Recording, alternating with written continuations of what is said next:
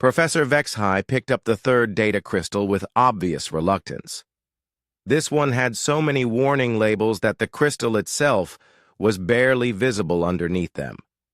The liberation of Zerghai, he said slowly, is considered by military historians to be the most disturbing example of human problem-solving ever recorded.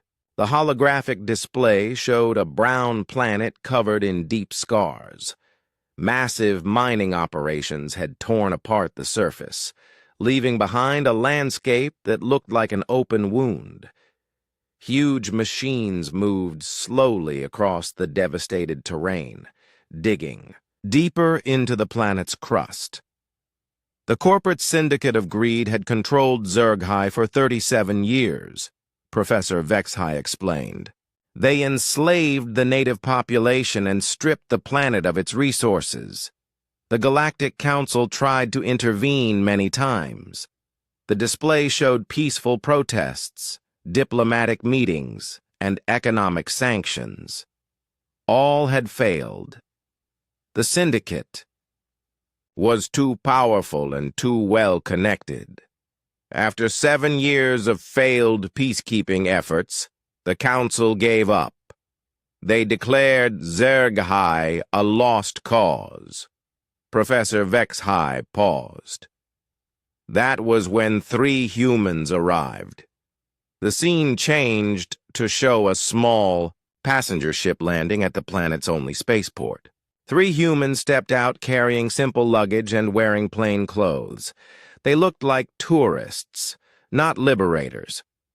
Colonel Sam Rivers, Dr. Kate Foster, and Engineer Tony Walsh, Professor Vexhai read from his notes.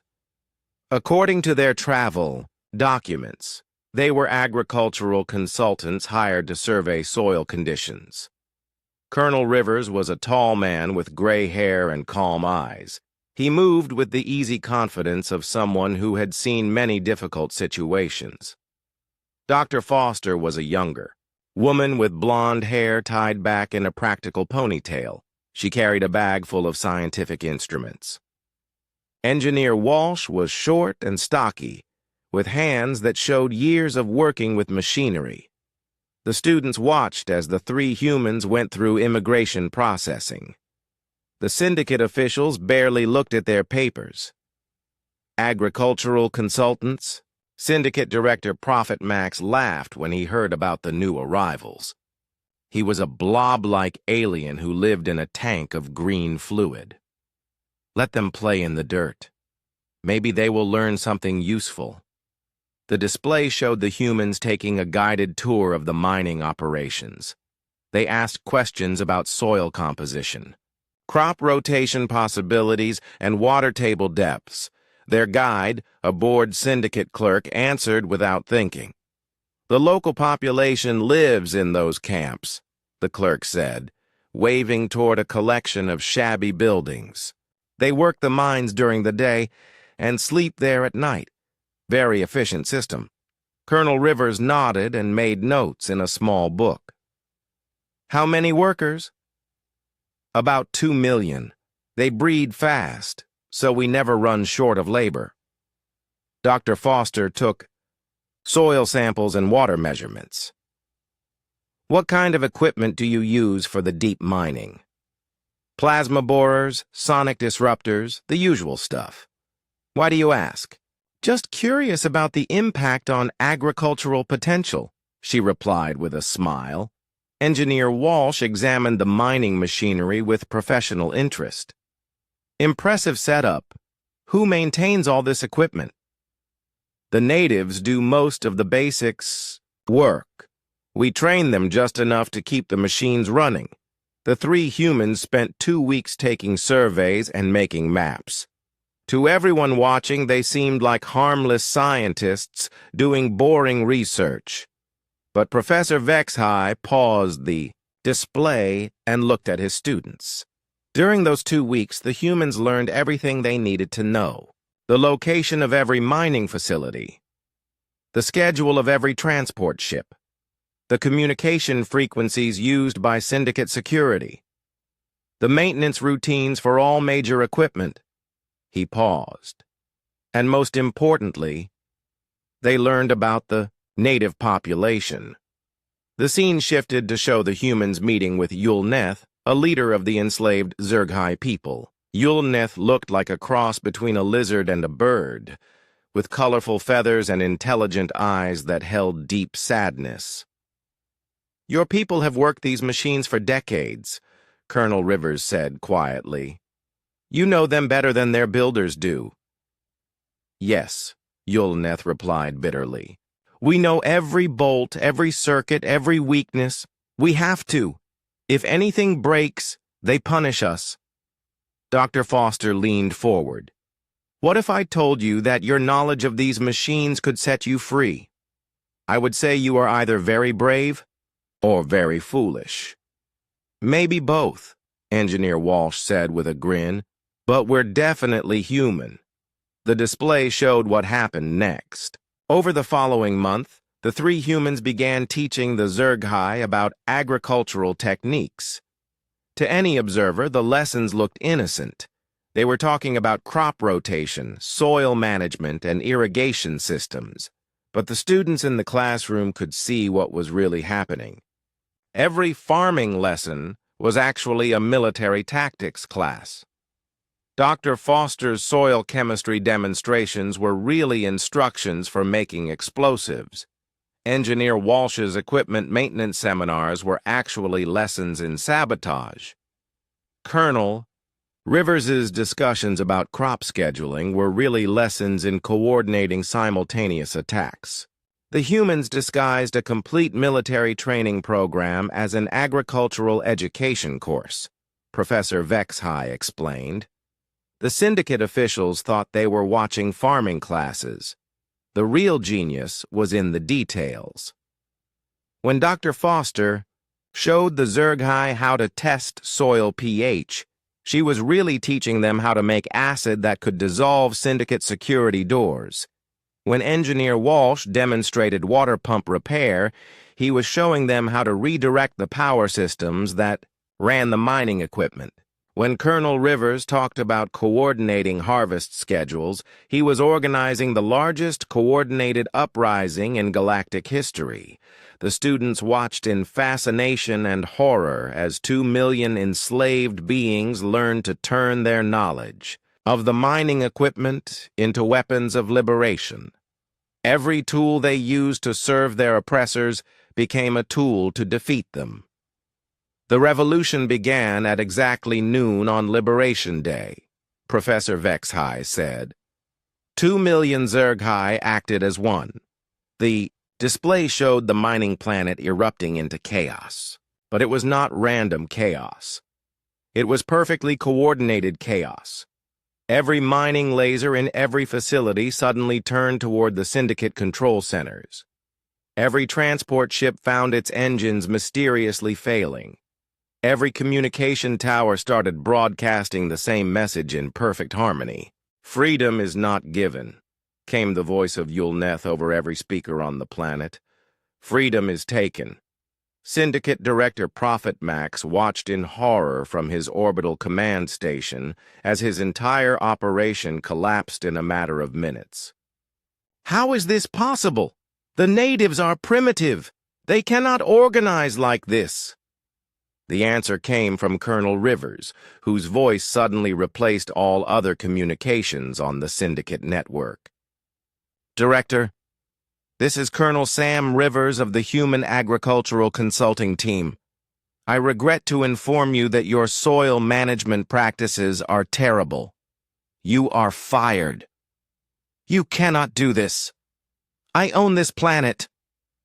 "Not anymore," Dr. Foster's voice added cheerfully. "We've decided to go into the freedom consulting business instead."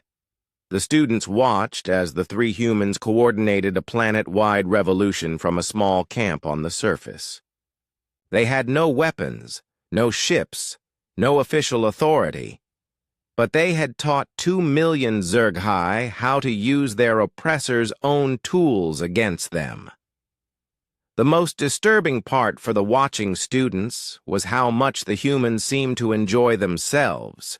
Dr. Foster was laughing as she directed the systematic dismantling of the mining equipment. Engineer Walsh was actually singing while he helped the Zerghai reprogram the transport ships.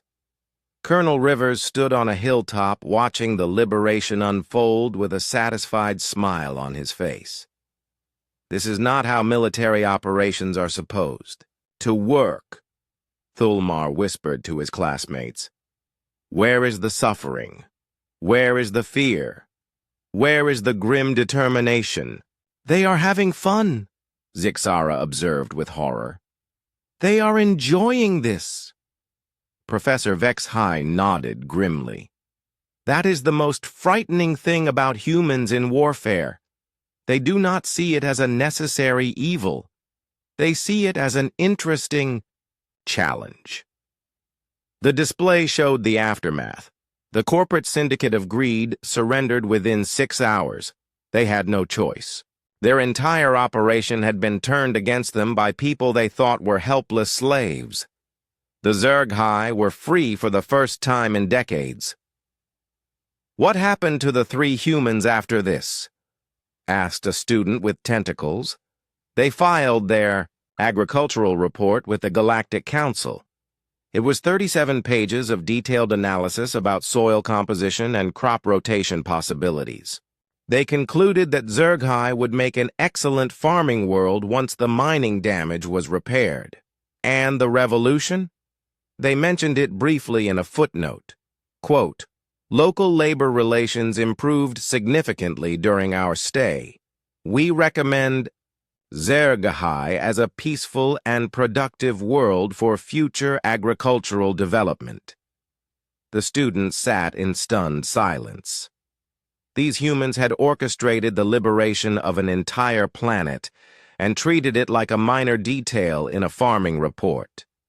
Professor, Zixara asked in a small voice, is there anything humans cannot do? Professor Vexhai looked at her with his 4 eyes.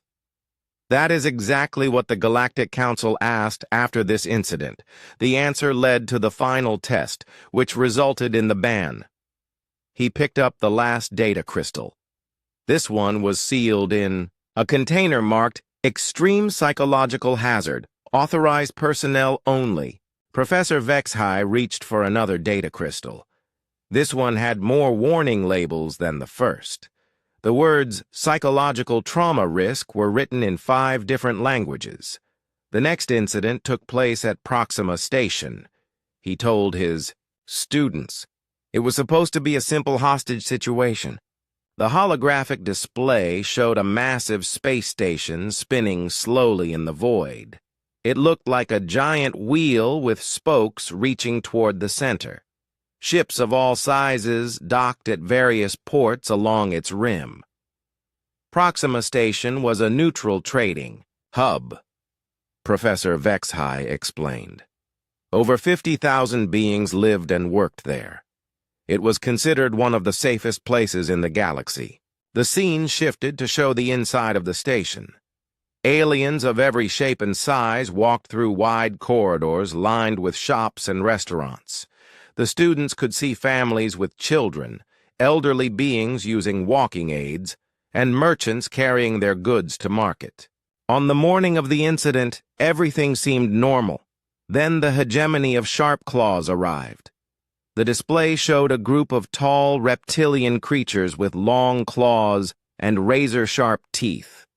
They wore black armor and carried weapons that hummed with energy. Their leader was bigger than the others, with scars covering his green scales. Overlord Skarath and 47 of his warriors took control of the station's main hub, Professor Vexhai said. They sealed all the exits and gathered 800 hostages in the central plaza. The students watched as families were forced to sit on the floor while sharp-claw warriors pointed weapons at them. Children cried. Adults tried to comfort each other. The atmosphere was thick with fear. Overlord Skarath stood on a raised platform and spoke in a harsh voice.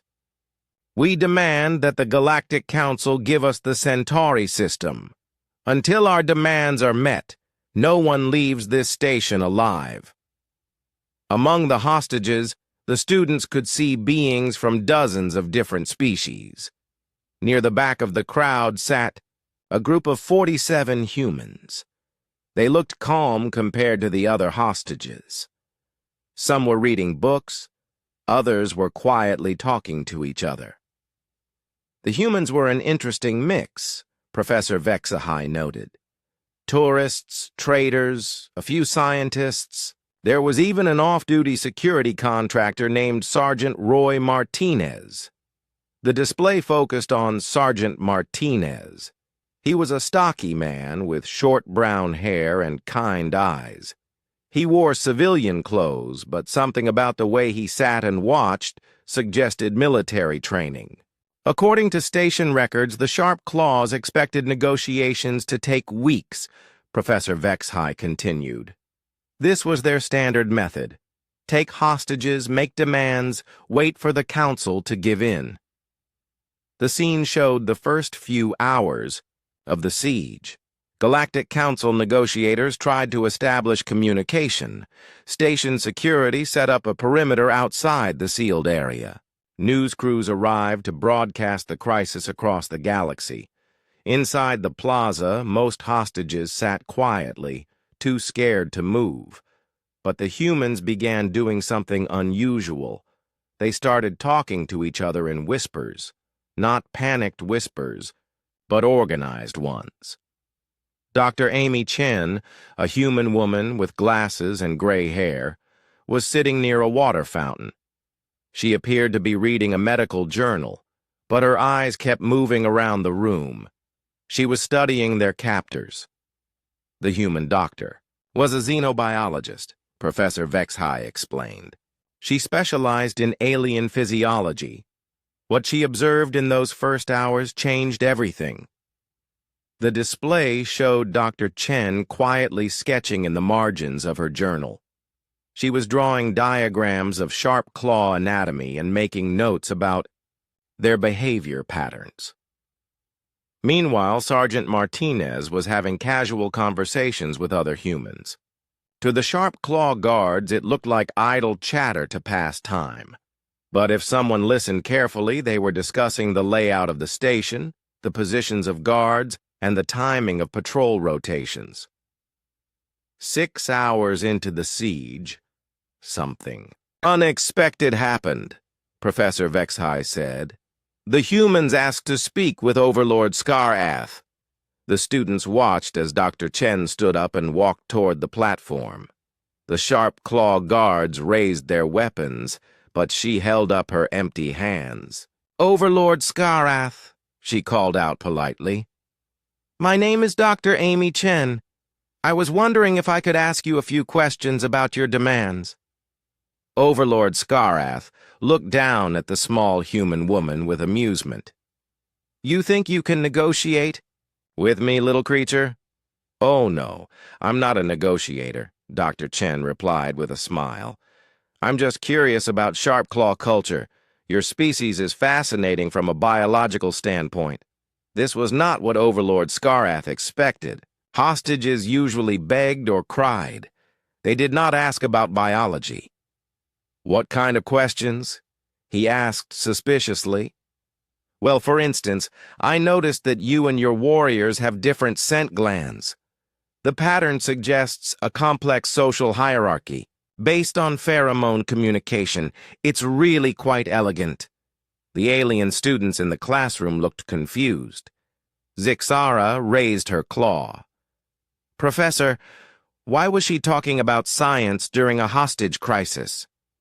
An excellent question, Professor, Vexhai replied.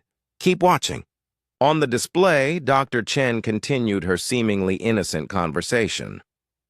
I'm particularly interested in your command structure. The way your warriors respond to your pheromone signals suggests a very sophisticated system. Do the different scent. Markers indicate rank or perhaps specific tactical roles. Overlord Skarath was flattered despite himself. Humans were supposed to be terrified of him, not impressed by his biology. Our scent speech is the most advanced in the galaxy. Each warrior's role is coded into their genetic markers.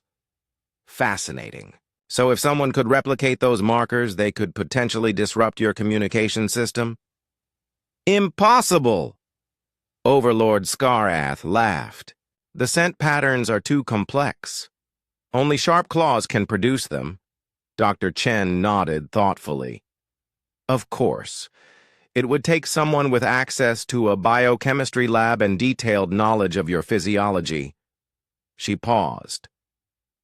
Someone like a xenobiologist with a portable research kit. It took a moment for Overlord Scarath to understand what she had just said. When he did, his eyes went wide with alarm. At that exact moment, the ventilation system throughout the plaza began releasing a new scent. To the other hostages, it smelled like flowers.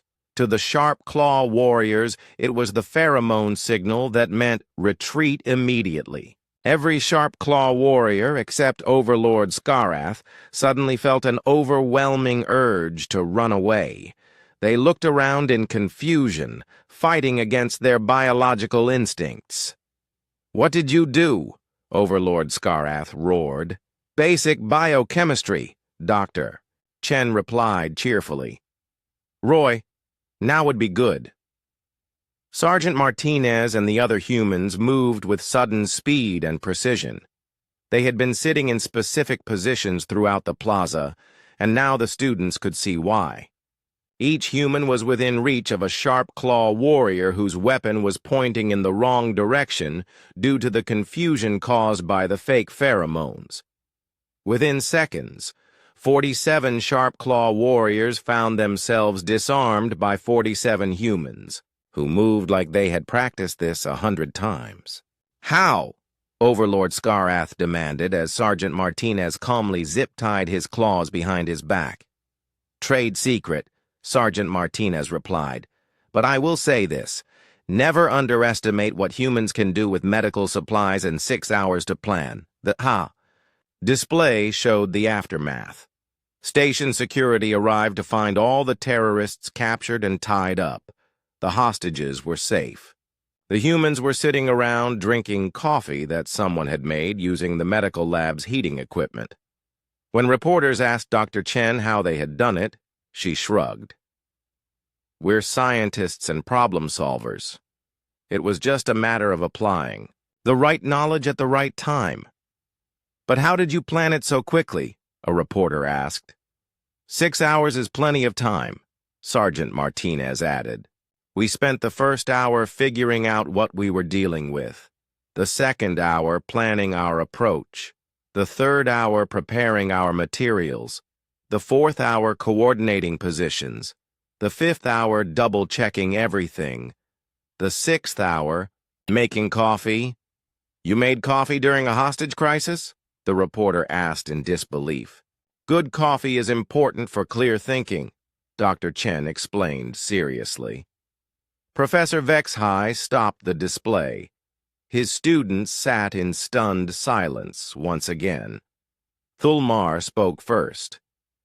"They turned a hostage crisis into a science experiment and a military training exercise," added a student with multiple eyes. "They worked together like they had done this before." "The most disturbing part," Professor Vexhai said quietly, "is that they had not practiced this before. They had never met each other before that day. They simply recognized that they were all humans in a problem-solving situation." Zixara's mandibles clicked nervously. "Professor, what happened to the sharp claws after this?" "Overlord Scarath and his warriors were sent to prison. But something interesting happened there, too. Within a month, the prison reported that the sharp claws had completely reorganized their cell block for maximum efficiency. They had started a literacy program for other inmates. They had also requested books about human military tactics. "They wanted to study their enemies?" asked a tentacled student. "They wanted to understand how 47 strangers could work together so perfectly with no leader and no plan." The students exchanged worried glances. Each story made humans seem more frightening than the last. "Professor," Zixara asked hesitantly. How many more incidents are we going to see? The holographic display showed empty space filled with dark ships. Each ship was huge, bigger than most space stations. Their black hulls had sharp edges that looked like teeth. Red lights blinked along their sides like angry eyes. The Catherian Empire, Professor Vexhai explained to his students. 237 warships. They had surrounded the planet Zirian Prime for 6 months. In the display, the planet looked sick. Its normal green color was fading to brown. The students could see the orbital platforms that usually bustled with trade ships sitting empty and dark. The people on Zirian Prime were farmers, the professor continued. They grew food for 12 systems. They had no weapons, no military, no way to fight back. The Catherians wanted their planet for mining, so they blocked all supply ships. They planned to starve the people until they surrendered. Zixara clicked her mandibles sadly. How many people lived there? 43 million, including 8 million children. The display changed to show the inside of one of the Catherian ships. The bridge was filled with tall, thin aliens wearing black uniforms. Their leader, Admiral Zekthul, stood in the center giving orders. His voice was cold and harsh. No ships get through, Admiral Zekthul commanded. Let them eat dirt if they are hungry. Suddenly, one of his officers pointed at a screen. Admiral, we have new contacts. 3 ships approaching. The display switched to show 3 small cargo ships flying toward the blockade. They looked tiny compared to the Catherian warships, like insects flying toward giants. Human cargo vessels, the officer reported. They are requesting permission to deliver farming equipment to the planet. Admiral Zekthul laughed. It was an ugly sound. Tell the humans to leave or we will destroy them. The scene shifted to show the inside of the lead human cargo ship. The bridge was small and crowded with boxes and coffee cups. Captain Pete Williams sat in an old chair that had tape holding it together. He was a big man with gray hair and hands covered in oil stains. He looked like he fixed machines for a living, not like a warrior. Next to him stood Commander Lisa Park, a thin woman with short black hair. She wore a simple blue uniform with patches on it. She studied the readings on her screen and frowned. Pete, they have enough firepower to turn us into space dust, she said. Captain Williams took a sip from his coffee mug and made a face. Coffee's gone cold again. Lisa, send a message to the Dakota Wind and the Montana Sky. Tell them we need a family meeting.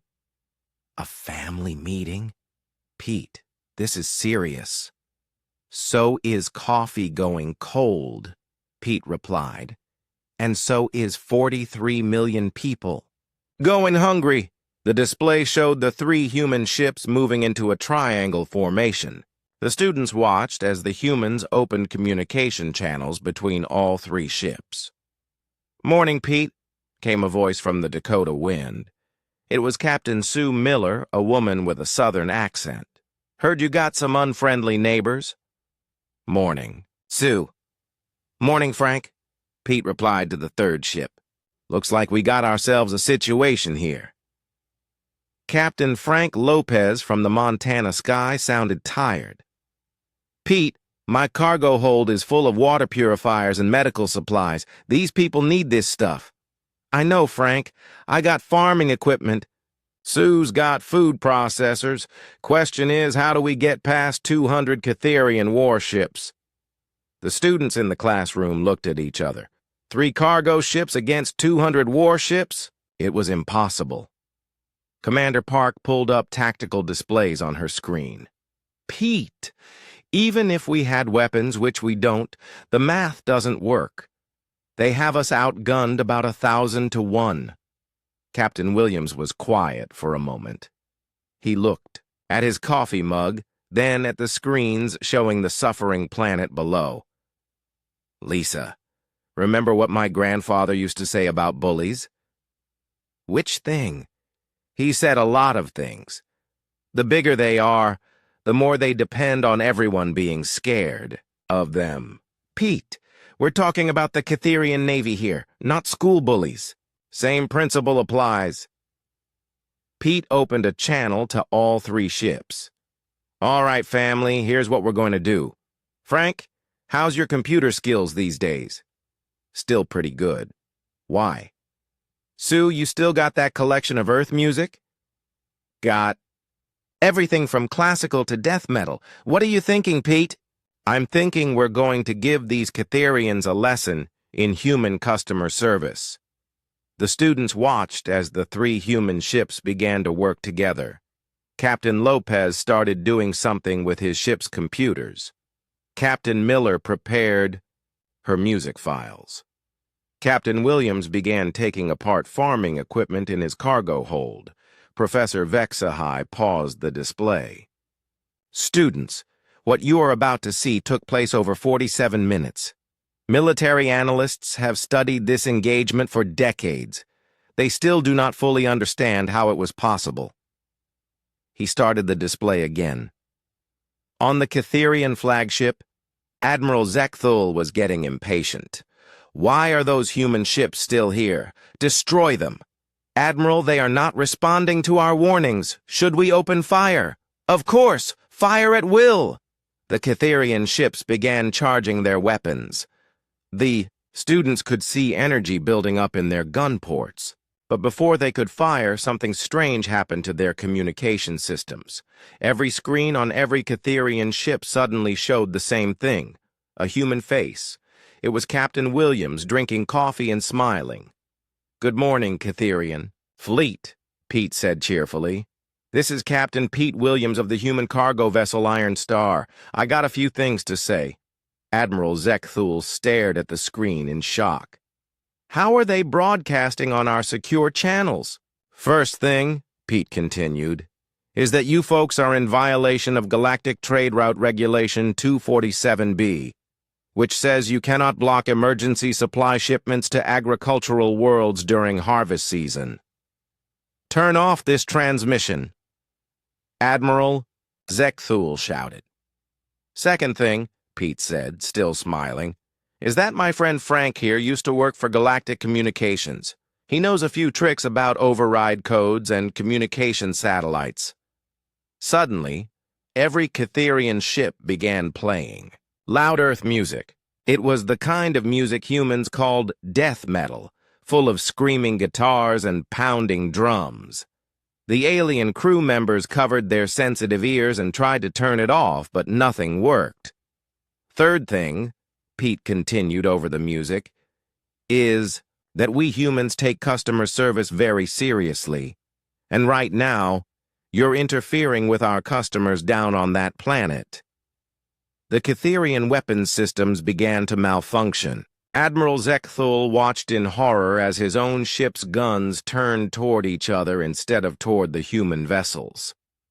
"How is this possible?" he screamed. Captain Park's voice came through the speakers.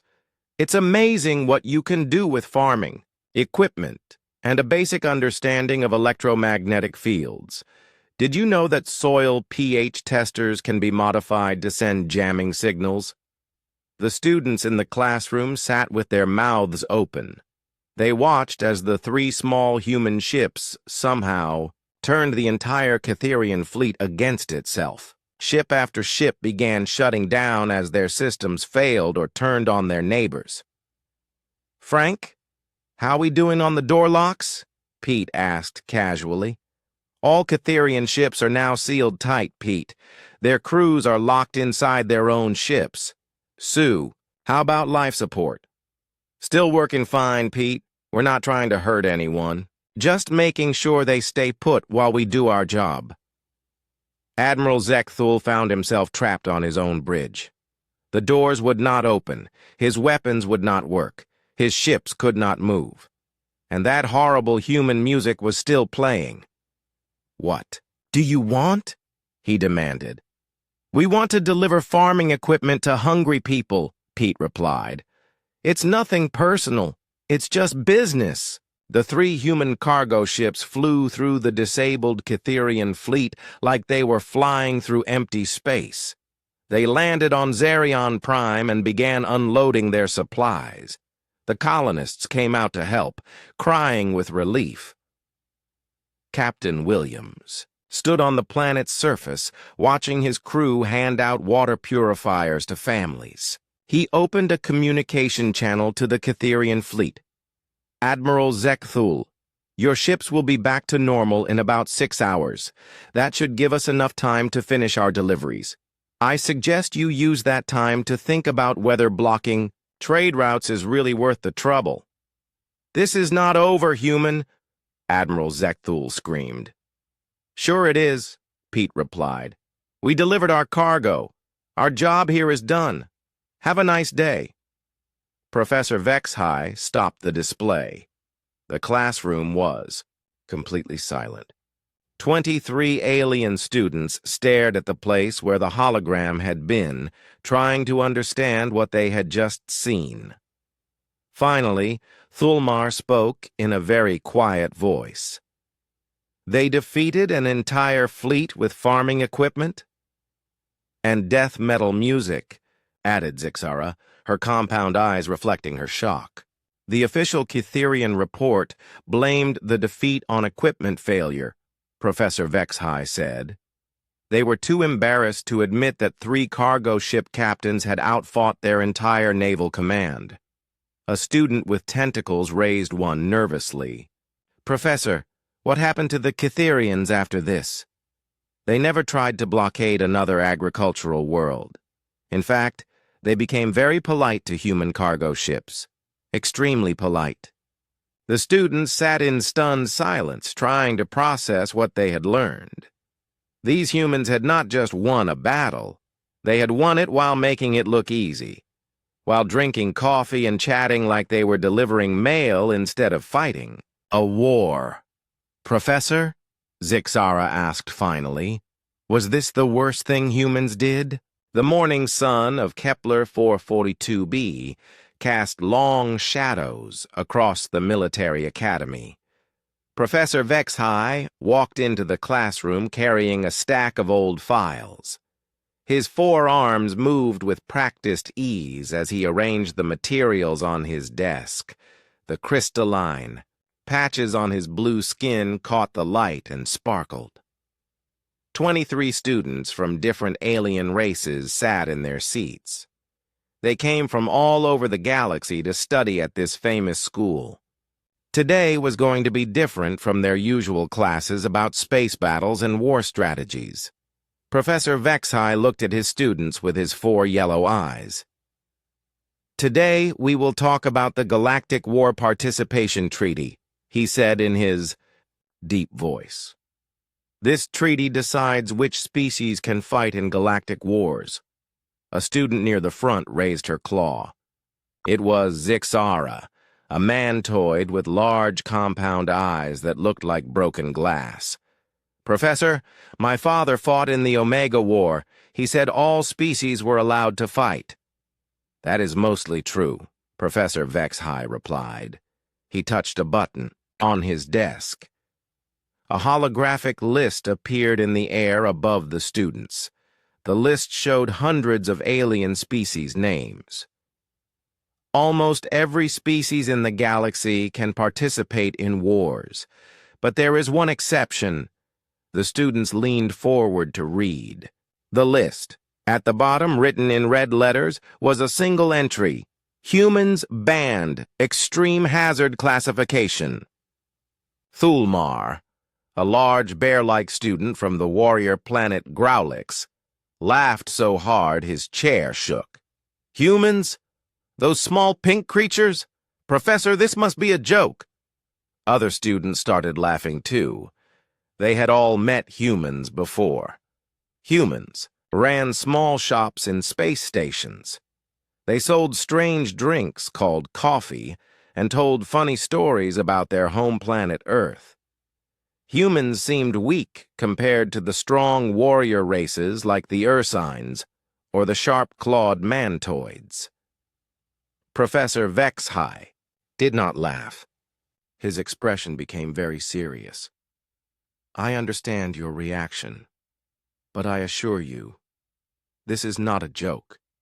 The ban has been in place for 46 years. Zixara's mandibles clicked with confusion. But, Professor, the humans I have met are so nice. They always smile and help other species. Mr. Bob at Station 7 makes the best sandwiches in the sector. Yes, said Professor HFY slowly. They are very pleasant. They are helpful. They are kind to children and animals. They give gifts to strangers and help old people cross the street. He paused and looked directly at Zixara. That is exactly what makes them so terrifying. The classroom became quiet. Students looked at each other with confused expressions. A student named Klextar, who had tentacles instead of arms, raised one of them. Professor, I do not understand. How can being nice make someone dangerous in war? Professor HFY walked to the window and looked out at the training grounds where young cadets practiced with weapons. Tell me, what do you know about human history? They had some small wars on their planet, Thulmar answered with a shrug. Nothing compared to the Great Claw Wars or the Crystal Conflicts. Small wars, Professor HFY repeated quietly. In the past 3,000 years, humans fought in over 15,000 wars on their single planet. They created weapons that could destroy their entire world. They fought with sticks, stones, metal swords, gunpowder, chemicals, nuclear bombs, and things we do not have names for. The students started to look uncomfortable. But, Professor, said a small student with wings, many species have violent histories. The Krelix destroyed 3 of their own moons during civil wars. True, Professor HFY agreed. But other species fight wars to win territory, resources, or power. Humans fight wars for... He searched for the right words. They fight wars for ideas. They fight because they believe something is right or wrong. They fight for people they have never met, on planets they will never visit. He touched another button on his desk. Pictures appeared in the air showing human soldiers from different time periods. Some wore metal armor, others wore green uniforms. Some had strange helmets and carried unusual weapons. Look at their faces, Professor HFY said. What do you see? Zixara studied the images carefully. They look determined, like they believe in what they are doing. Exactly. Now, imagine that determination combined with their problem-solving abilities. Thulmar still looked skeptical. Professor, humans are small and weak. I could break one in half with my bare paws. Professor HFY's 4 eyes focused on the large bear-like student. Thulmar, how long would it take you to plan an attack on an enemy base? With proper intelligence and resources, maybe 2 weeks to plan, another week to execute. A human military unit once captured an entire enemy base using only kitchen, supplies, and bed sheets. It took them 37 minutes. That included the time to make coffee. The classroom was completely silent now. Professor HFY continued. The Galactic Council has studied human military tactics for decades. Their conclusions are in this report. He held up a thick file marked with warning symbols. Humans do not think like us. When we see a problem, we look for the obvious solution. When humans see a problem, they find solutions we never imagined were possible. A student with multiple eyes spoke up nervously. But surely the council tested this before making the ban. Professor HFY's skin turned a darker shade of blue. They did. 3 times. Each test was supposed to be a simple evaluation of human military capabilities. He paused. Each time, the humans won so completely that the test observers needed therapy. "What kind of therapy?" asked Zixara. "The kind you need when you realize that everything you thought you knew about warfare was wrong." The students exchanged worried glances. This was not what they expected to learn today. Thulmar cleared his throat. "Professor, could we see some of these tests?" Professor Vexhai was quiet for a long moment. He looked at the warning labels on the files. "The footage is classified. It is restricted to senior military officials and licensed therapists." "Please, Professor," several students said at once. "We are training to be military officers. We need to understand." Professor Vexhai looked at their eager faces. These students would someday command fleets and defend worlds. Maybe they did need to know the truth. "Very well," he said finally. "But I warn you, once you see this, you will never think about humans the same way again. You may never sleep well again either." He walked to a secure cabinet and entered a long code. Inside were several data crystals marked with symbols that meant extreme caution and psychological hazard. "We will start with the smallest incident," Professor Vexhai said as he inserted a crystal into the projector. "The blockade of Zerion Prime. Only a few humans were involved, so the damage was relatively minor." The lights dimmed. The holographic display activated. In the air above them appeared the image of space, filled with alien warships surrounding a green planet. "Remember," Professor Vexhai said as the footage began to play, "this is why humans are banned from Galactic War." Professor Vexhai held the final data crystal for a long moment before placing it in the projector. His four hands shook slightly as he entered the security codes.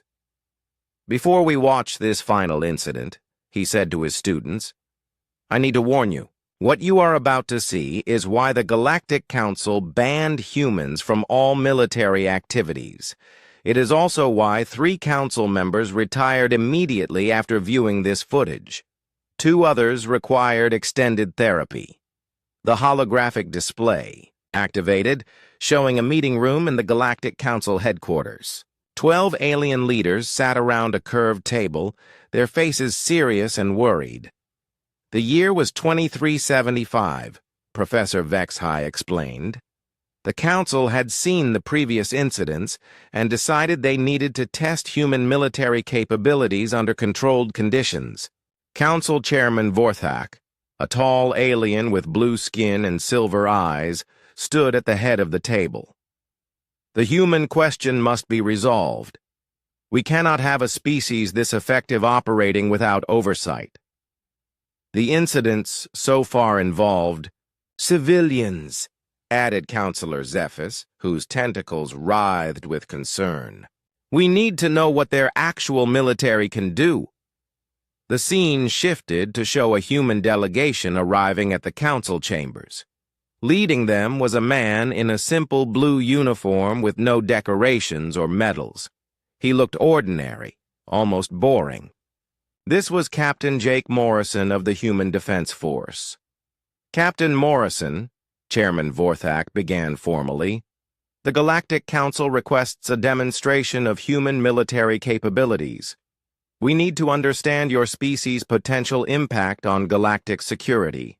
Captain Morrison sat down casually and pulled out a thermos of coffee. "What kind of demonstration did you have in mind?" "A war game scenario. Your forces against our combined fleet in a controlled engagement." Captain Morrison took a sip of coffee and considered this. "How many ships are we talking about?" 1,000 of our most advanced warships, crewed by our best officers. "And on our side?" "Whatever you feel is appropriate." Captain Morrison was quiet for a moment. Then he smiled that distinctly human smile that the students were beginning to recognize as terrifying. "Okay," he said simply. "When do we start?" The display showed the preparation phase. The Galactic Council assembled the most impressive fleet in their history. Ships from every member species, each one representing the pinnacle of their military technology. The best commanders, the most advanced weapons, the finest crews. Meanwhile, Captain Morrison sent a single message to Earth. "Need volunteers for a training exercise. Bring your own coffee." The students watched in confusion as the human response arrived. It was not a massive fleet. It was not an army of soldiers. It was a single, medium-sized ship that looked like it was built for cargo transport rather than war. The UES Peacekeeper, Professor Vexhigh read from his notes. Crew of 47 humans. According to the manifest, it carried no weapons beyond standard defensive systems. Captain Morrison met the ship when it docked at the staging area. The crew that came out looked like a mixture of mechanics, scientists, and office workers. They were laughing and joking as they carried their personal bags and coffee supplies. "Jake," called out a woman with short red hair. This was Commander Beth Price, the ship's engineer. "Heard you volunteered us for something fun." "Just a little war game, Beth. Nothing too serious." "How many are we up against?" asked Lieutenant Dan Cooper, a young man who looked like he should be working in a library. "About 1,000 ships, give or take." The crew nodded like this was perfectly normal information. Someone made a joke about whether they had brought enough coffee for 1,000-to-1 fight. The war game began 3 days later. The Galactic Council fleet took position in a massive formation designed by their best tactical minds. The human ship sat alone in empty space, looking tiny and insignificant. "Begin the exercise," Chairman Vorthak commanded. What happened next would be studied by military academies for decades, though most would conclude it was impossible. The Galactic Council fleet advanced in perfect formation, their weapons charged and ready. The human ship did nothing. It just sat there, sending out what appeared to be routine scanning signals. "Are they surrendering?" Counselor Zephys asked. "Unknown," replied Admiral Corthex, the Council's fleet commander. "They are not responding to our communications." Then Captain Morrison's voice came over the radio, calm and friendly. "Good morning, Council Fleet. This is Captain Morrison. Just wanted to let you know we're ready when you are." "Ready for what?" Admiral Corthex demanded. "For you to surrender." "Surrender? We have 1,000 ships. You have one." "I know," Captain Morrison replied. "It hardly seems fair. Maybe you should call for reinforcements." Admiral Corthex was so angry he could barely speak. "All ships, attack formation. Destroy that human vessel." The 1,000-ship fleet began its attack run, their weapons powered up, their shields activated. It was the most magnificent military display in galactic history. That was when the students watching the footage saw something that made no sense. The Council ships began to slow down. Then they began to stop. Then they began to drift helplessly in space. "What is happening?" Admiral Corthex screamed. "Why are we not moving?" Captain Morrison's voice came back, still cheerfully calm. "Oh, that would be the coffee." "The what?" "The coffee. We've been broadcasting on your scanning frequencies for the past 3 days. Every time your computers received our routine scans, they also received detailed instructions about how to improve your ship operations. Your computers thought they were getting helpful software updates."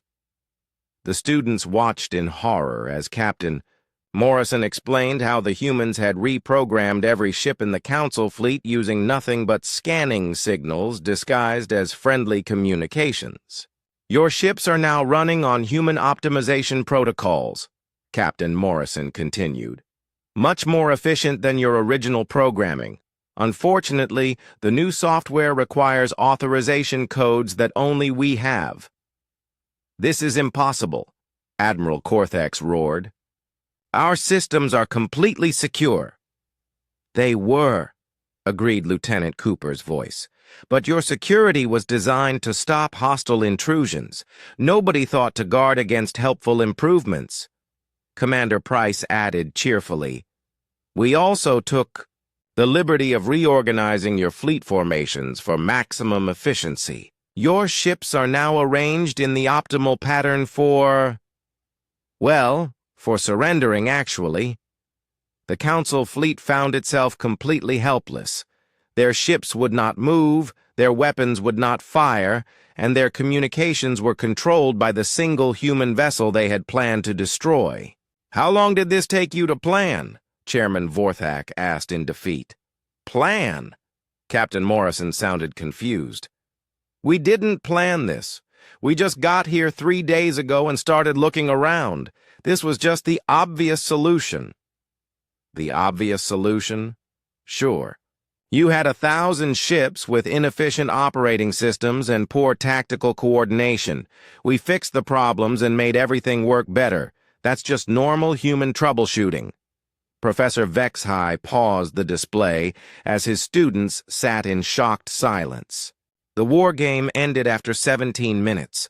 The Council fleet surrendered unconditionally to a single human ship that had done nothing but improve their computers. Zixara's voice was barely a whisper.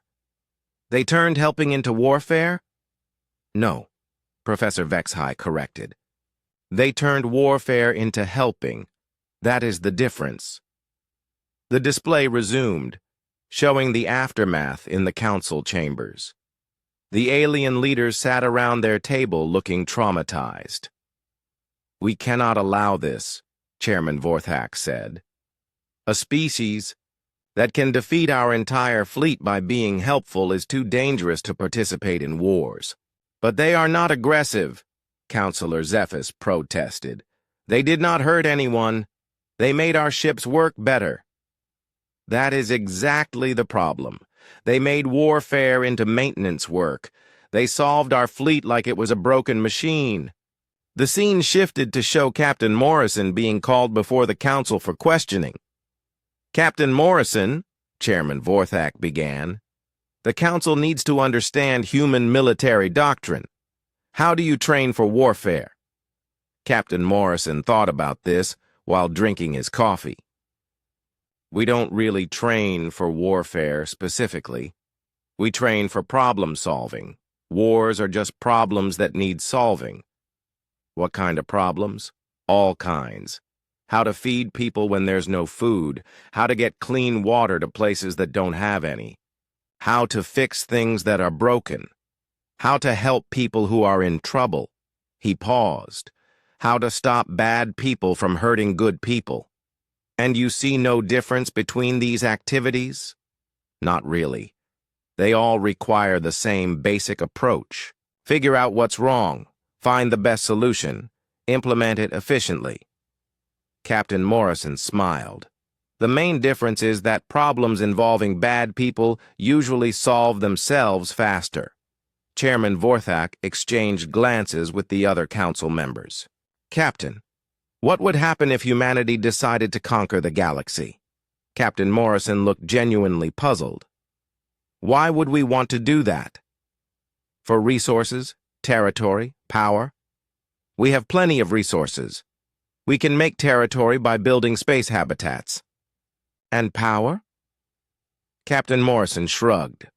Power is just responsibility with extra paperwork. Who wants that? But surely you have territorial ambitions, military goals? 3 weeks after Professor Vexahai's class, the story of human warfare capabilities had spread throughout the Zephyrian Military Academy. Students whispered about it in the hallways. Instructors debated it in faculty meetings. The Academy's computer network crashed twice from students trying to access the classified footage. Zixara sat in the Academy library staring at a book she was not really reading. Her compound eyes kept unfocusing as she thought about Captain Morrison's casual smile and Dr. Chen's cheerful voice while she discussed biochemical warfare. Every time she remembered the humans laughing while they dismantled entire military operations, her mandibles clicked nervously. "You look troubled," said a voice behind her. Zixara turned to see Dean Malthus, the Academy's head administrator. He was an ancient crystalline whose transparent body showed centuries of accumulated knowledge in the form of glowing data streams that flowed through his core. "Dean Malthus," Zixara said respectfully. "I was just studying." "You were thinking about humans," Dean Malthus observed. His internal light patterns shifted to indicate concern. "Many students have been doing that lately. It is causing some difficulties." "What kind of difficulties?" Dean Malthus settled into a chair across from her. His crystalline form made small chiming sounds as he moved. "Yesterday, a group of Ursine students tried to recreate the human cargo ship tactics from the Zerion Prime incident. They managed to hack into the Academy's food delivery system and convinced it to order 17,000 sandwiches." Despite her worry, Zixara almost smiled. "That sounds harmless. They were trying to prove that human methods do not work for other species. Instead, they accidentally created the most efficient food distribution system the Academy has ever seen. The kitchen staff wants to keep it." Dean Malthus's lights dimmed slightly. "This is the problem. Students are not just learning about human warfare. They are learning to think like humans. Is that bad?" "That depends on your perspective." Dean Malthus paused, his internal patterns swirling thoughtfully. "Tell me, Zixara, what do you think about humans now?" Zixara considered the question carefully. "I think they are terrifying, but also impressive. They see solutions where we see only problems. They work together without needing commanders or orders. They turn disadvantages into advantages. And does this make you want to be like them?" "Sometimes," Zixara admitted, quietly. "When I look at galactic problems that have existed for centuries, I wonder what humans would do about them." Dean Malthus nodded.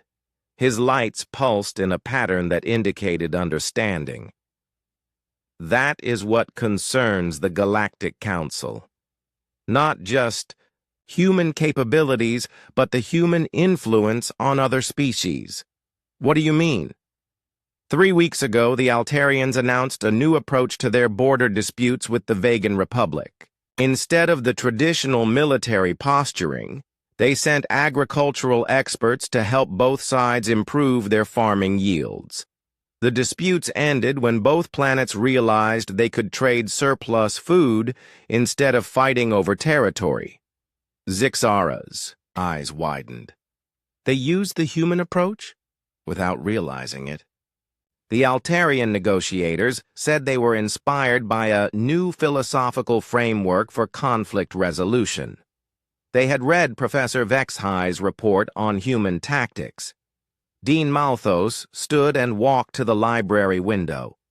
Outside, cadets from different species were practicing combat maneuvers together. But something was different about their formation.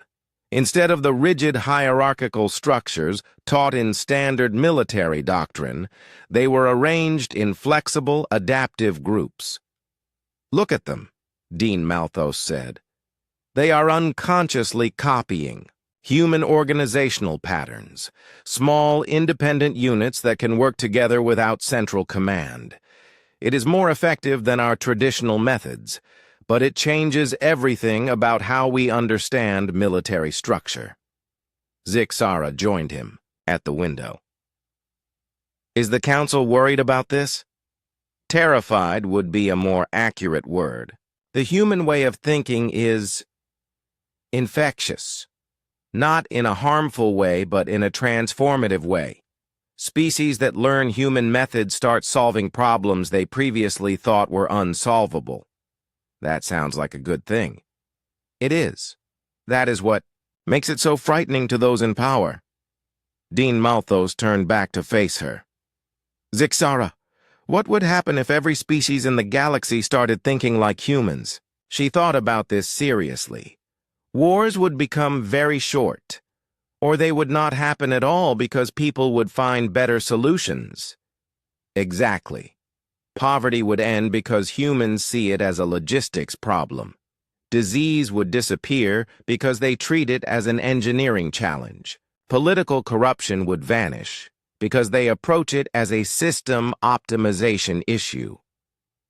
Those sound like wonderful outcomes. They are. But they would also mean the end of the current galactic order. No more career politicians who stay in power by promising to solve problems they never actually fix.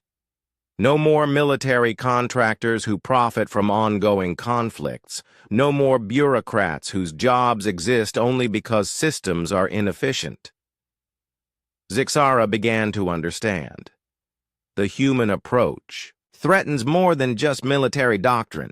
It threatens every inefficient system in the galaxy, every unnecessary hierarchy, every problem that people have learned to live with instead of solving.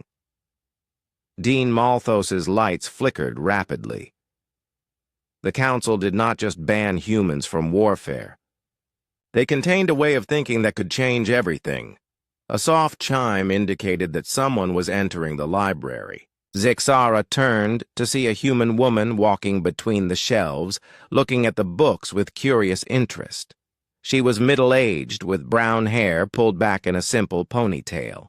She wore the casual clothes typical of human civilians. "Excuse me," the woman said politely, approaching their table. "I'm Dr. Lisa Murphy from the Human Cultural Exchange Program. I was wondering if I could ask you a few questions about your educational system here." Dean Malthus's entire crystalline form went rigid. His internal lights began flashing in patterns that indicated extreme alarm. Dr. Murphy noticed his reaction and looked concerned. "Oh, I'm sorry. Did I interrupt something important? I can come back later." No, Dean Malthus said, trying to control his light patterns. "We were just discussing curriculum matters. Dr. Murphy, what brings you to our academy?" "I'm researching educational methods across different species. We're always interested in learning how other cultures approach teaching and learning." She smiled that distinctly human smile. "I heard you have one of the most advanced military academies in this sector." Zixara watched Dean Malthus struggle to maintain his composure. She could see his dilemma. He could not refuse to answer questions from a legitimate academic researcher, but he also could not let a human study their military education system. "Our methods are quite traditional," Dean Malthus said carefully. "I doubt they would be of much interest to human educational researchers." "Oh, everything is interesting," Dr. Murphy replied cheerfully.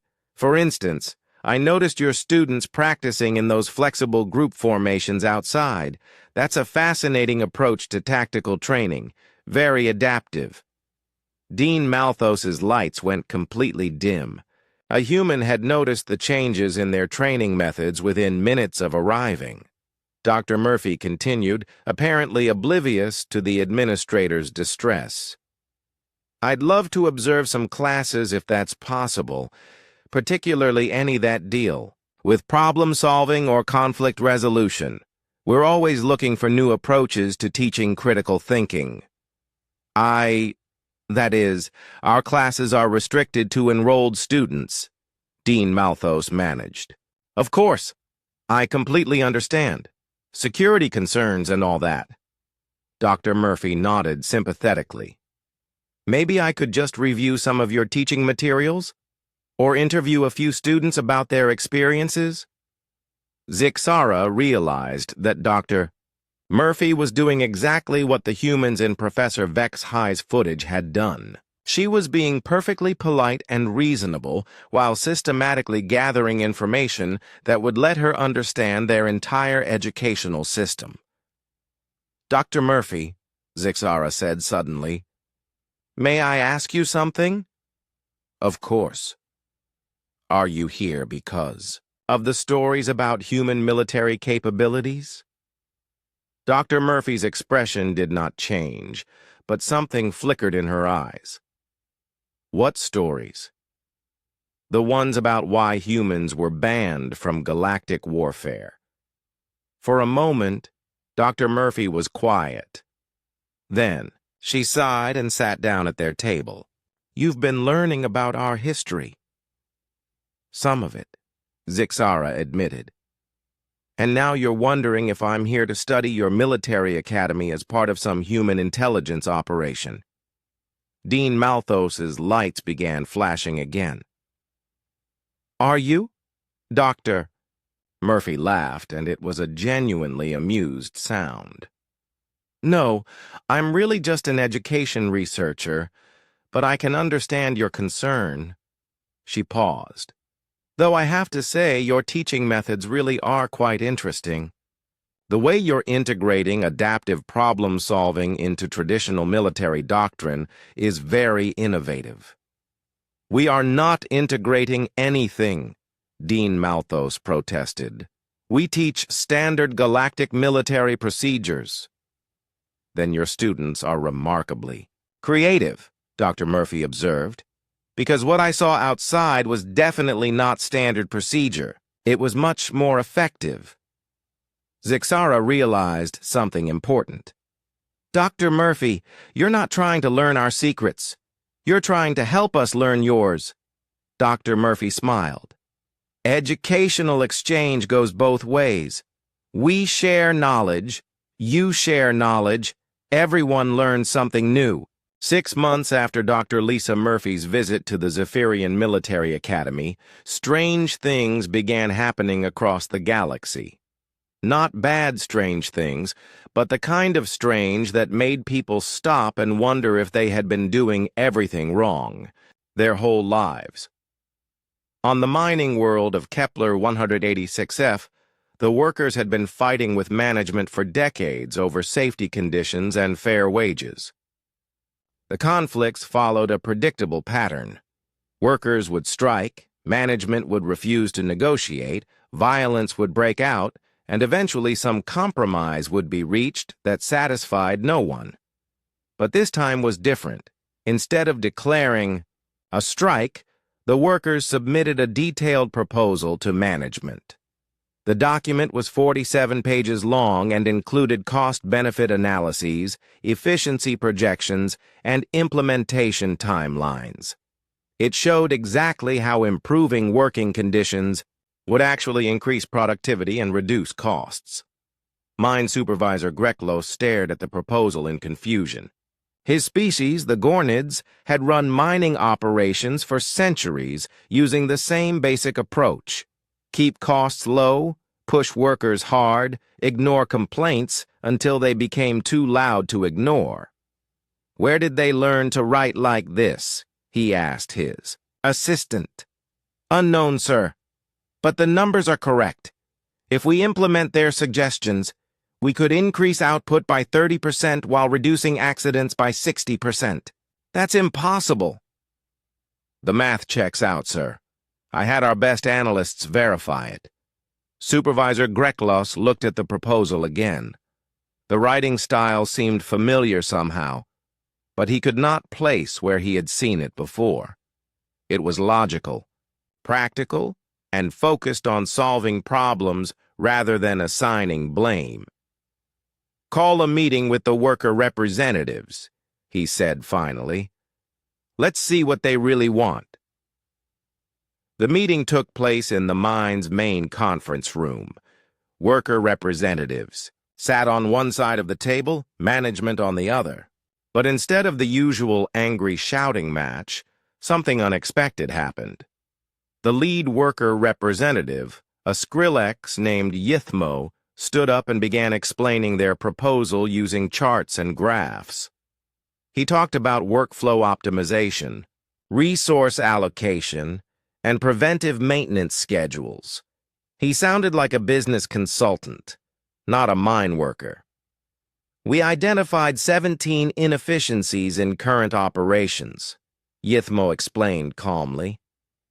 Most of them stem from poor communication between shifts and inadequate equipment maintenance. Our proposal addresses these issues while improving both safety and productivity.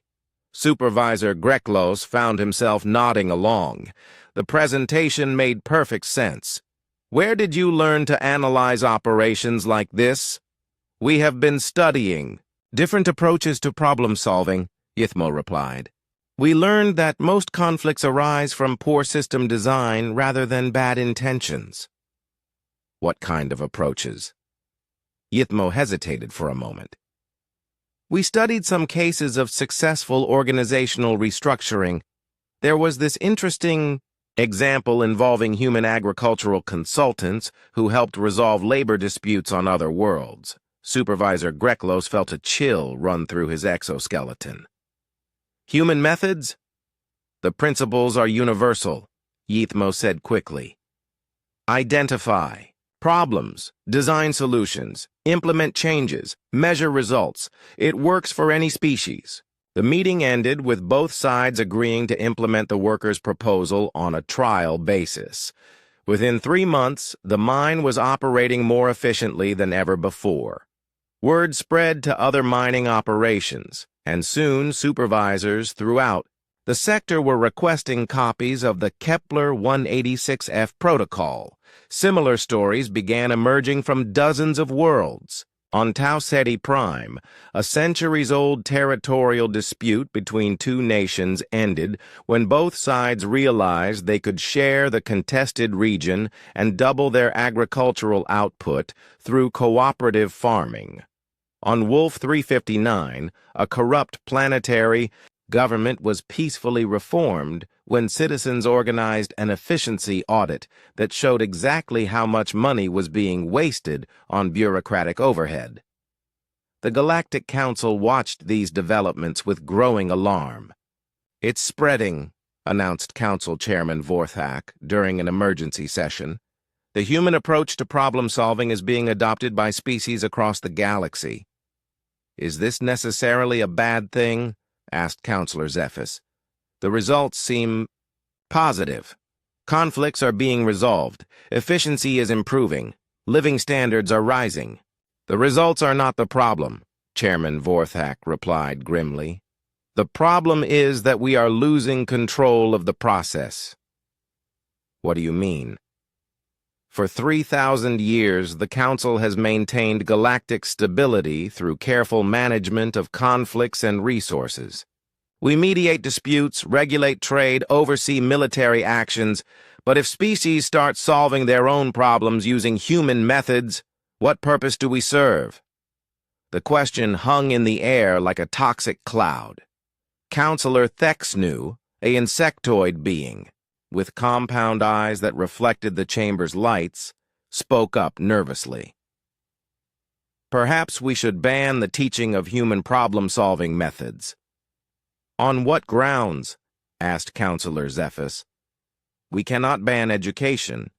We cannot ban efficiency. We cannot ban species from thinking clearly. We banned humans from warfare, Counselor Thexnu pointed out. That was different. Warfare is a specific activity that we can regulate. But human thinking, human approaches to problem-solving, how do you ban a way of looking at the world, Chairman? Vorthak pulled up a holographic display showing recent galactic developments. Red dots marked worlds where human-influenced solutions had been implemented. The pattern was spreading like ripples in a pond. Look at this, he said. 17 sectors have reported significant improvements in productivity and conflict resolution. 23 planetary governments have restructured their operations based on efficiency analyses. 41 military academies are teaching adaptive tactical formations instead of rigid hierarchical structures. Those all sound like positive developments, Counselor Zephys observed. They are positive developments. That is the problem. Chairman Vorthak's voice carried a tone of despair. We built our authority on the assumption that most problems are too complex for local solutions. That species need central guidance to maintain stability. But humans have proven that assumption wrong. The display showed more data. Trade disputes, resolved in days instead of years. Territorial conflicts ended through resource-sharing agreements. Military tensions diffused through cooperative security arrangements. The human influence is not just spreading, Chairman Vorthak continued. It is accelerating. Each success inspires more species to try human methods. Each positive result validates their approach. Counselor Zephys studied the data carefully. What are our options? We could try to suppress the information, classify all reports about human problem-solving methods. That would only make people more curious, and the results speak for themselves. We could increase our own involvement in conflict resolution, show that council mediation is still necessary. But human methods are faster and more effective than our traditional approaches. Why would anyone choose the slower option? Chairman Vorthak was quiet for a long moment. There is one other possibility. What? We could learn from them. The suggestion created shocked silence in the chamber. Several counselors made sounds of disbelief. Learn from humans? Counselor Thexanu's voice was high with alarm. We are the Galactic Council. We have maintained order for millennia. And humans have existed for less than 1% of that time, Chairman Vorthak replied. Yet their methods are transforming the galaxy in ways we never imagined possible. But if we adopt human approaches, what makes us different from them? Nothing, Chairman Vorthak said quietly. And maybe that is exactly what the galaxy needs. Meanwhile, on a small human colony world called Haven, Dr. Lisa Murphy was writing a report about her educational research trip to the Zephyrian Military Academy. She had no idea that her visit had triggered a galaxy-wide transformation in how species approached problem-solving. Her report was simple and straightforward, focusing on the potential for improved educational cooperation between humans and other species. She noted that many alien institutions were already experimenting with adaptive learning methods and collaborative problem-solving approaches. Recommendation, she wrote in her conclusion, continue cultural and educational exchange programs. Other species are remarkably quick to adopt effective methods when presented with clear examples. The galaxy would benefit from increased sharing of knowledge and techniques across all species. She submitted her report to the Human Cultural Exchange Program and went back to planning her next research trip. She was particularly interested in visiting the Altarian Diplomatic Academy, where she had heard they were developing innovative approaches to conflict resolution. Dr. Murphy had no way of knowing that her innocent research was helping to reshape galactic civilization. She was just an education researcher trying to learn from other cultures and share useful knowledge, which was, of course, exactly what made her approach so effective. Back on Kepler 186F, Supervisor Greklos was preparing his quarterly report to corporate headquarters. Production was up 38%. Accidents were down 62%. Worker satisfaction surveys showed the highest scores in company history. His report would be read by executives throughout the mining industry. They would want to know how he had achieved such remarkable results, and he would tell them about the Kepler 186F protocol and how worker management cooperation could transform operations.